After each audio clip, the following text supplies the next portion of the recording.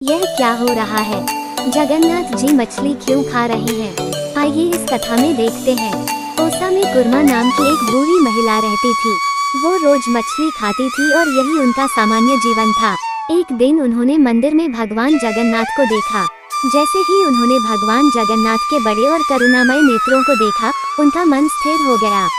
उन्हें ऐसा लगा जैसे भगवान सीधे उनके प्रेम और भक्ति को महसूस कर रहे हो।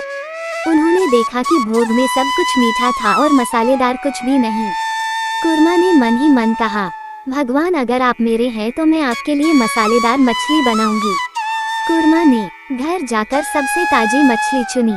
उन्होंने उसे साफ किया, हल्के मसाले लगाए और पूरी श्रद्धा और प्रेम से केले के पत्ते में लपेटा।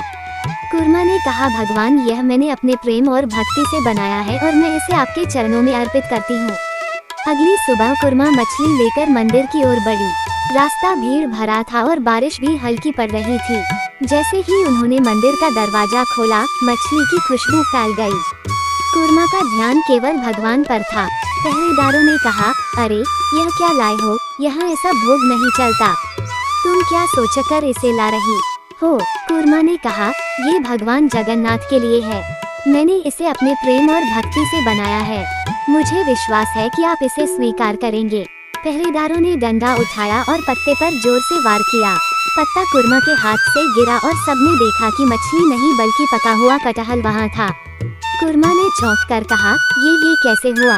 तभी भगवान जगन्नाथ ने अपने करुणामय स्वर में कहा, मैं भोग नहीं देखता, मैं भक्ति देखता हूँ। जो प्रेम और श्रद्धा से आता है वही मेरा भोग है। कुर्मा के हाथ कांप गए, लेकिन उनके चेहरे पर संतोष और प्रसन्नता थी। भगवान ने पास कदम बढ़ाया और हाथ उठाकर उन्हें आशीर्वाद दिया। जगन्नाथ जी ने कहा, माँ तुम्हारे प्रेम और भक्ति से मुझे सबसे बड़ा आनंद मिलता है। यही सच्ची सेवा है। पहरेदारों ने सिर झुकाया और कुर्मा से माफी मांगी।